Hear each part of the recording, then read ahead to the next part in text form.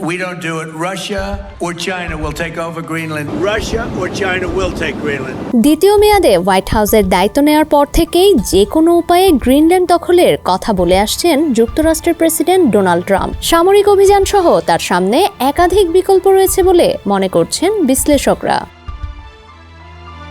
আল জাজিরার প্রতিবেদনে বলা হয়েছে, ভেনেজুয়েলার প্রেসিডেন্ট নিকোলাস মাদুরোকে তার দেশ থেকে তুলে নেওয়ার ঘটনার পর ট্রাম্প গ্রিনল্যান্ড দখলের আকাঙ্ক্ষা আরও জোরালোভাবে প্রকাশ করছেন। সম্প্রতি হোয়াইট হাউসে তেল ও গ্যাস কোম্পানির নির্বাহীদের সঙ্গে বৈঠকে ট্রাম্প বলেন, গ্রিনল্যান্ড আমরা না নিলে রাশিয়া ও চীন সেটি দখল করে নিতে পারে। আমরা রাশিয়া ও চীনকে আমাদের প্রতিবেশী হিসেবে দেখতে চাই না।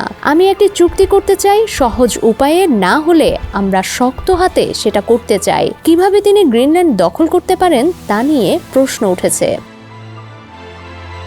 গ্রিনল্যান্ডের জনসংখ্যা প্রায় 56,000। বিকল্প হিসেবে তাদের প্রত্যেককে অর্থ দেওয়া নিয়ে হোয়াইট হাউসের কর্মকর্তারা আলোচনা করছেন বলে জানা গেছে। আর্কটিক অঞ্চলে অবস্থিত গ্রিনল্যান্ড বিশ্বের সবচেয়ে বড় দ্বীপ। এর প্রায় 80% হিমবাহে আচ্ছাদিত। যুক্তরাষ্ট্র সরকার যদি গ্রিনল্যান্ডের প্রত্যেককে $1 লাখ দেয়, তবে সম্ভাব্য গণভোটের খরচ দাঁড়াবে প্রায় $560 কোটি। হোয়াইট হাউসের মুখপাত্র ক্যারোলিন লেভিট গত বুধবার সাংবাদিকদের বলেছেন, ট্রাম্প প্রশাসন ডেনমার্কের এ অঞ্চল কেনার সম্ভাব্য প্রস্তাব নিয়ে সক্রিয়ভাবে আলোচনা করছে। কংগ্রেসের উভয় কক্ষের আইন প্রণেতাদের সঙ্গে এক ব্রিফিংয়ে মার্কো রুবিও গত সোমবার জানান, গ্রিনল্যান্ডে হামলার পরিবর্তে এটি কিনে নেওয়াকেই অগ্রাধিকার দিবেন ট্রাম্প। যুক্তরাষ্ট্র এর আগেও একাধিকবার গ্রিনল্যান্ড কিনতে চেয়েছিল। 1867 সালে যুক্তরাষ্ট্রের তৎকালীন পররাষ্ট্রমন্ত্রী উইলিয়াম সিওয়ার্ড আলাস্কা কেনার সময় গ্রিনল্যান্ড কেনা নিয়ে আলোচনা করেছিলেন। 1868 সালের মধ্যে তিনি $55 লাখ মূল্যের স্বর্ণের বিনিময়ে গ্রিনল্যান্ড ও আইসল্যান্ড কিনতে চেয়েছিলেন বলে জানা যায়। এরপর 1910 সালে ত্রিপক্ষীয় ভূমি বিনিময় নিয়ে একটি আলোচনা হয়েছিল।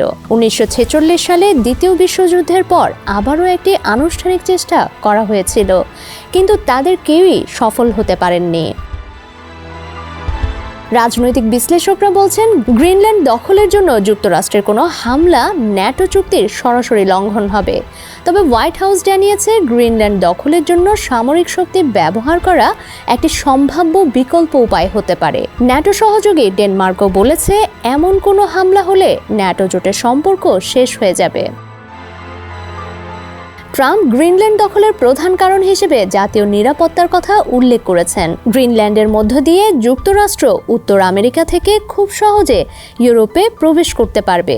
গ্রিনল্যান্ড, আইসল্যান্ড ও যুক্তরাজ্যকে সংযুক্ত করা জলরাশিতে রাডার স্থাপন করে যুক্তরাষ্ট্র গ্রিনল্যান্ডে তার সামরিক উপস্থিতি বাড়াতে চায়। এই জলরাশি রুশ ও চীনা জাহাজের একটি প্রবেশপথ। এ কারণে ওয়াশিংটন সেখানে নজরদারি করতে চায়। ডেস্ক রিপোর্ট, সমকাল।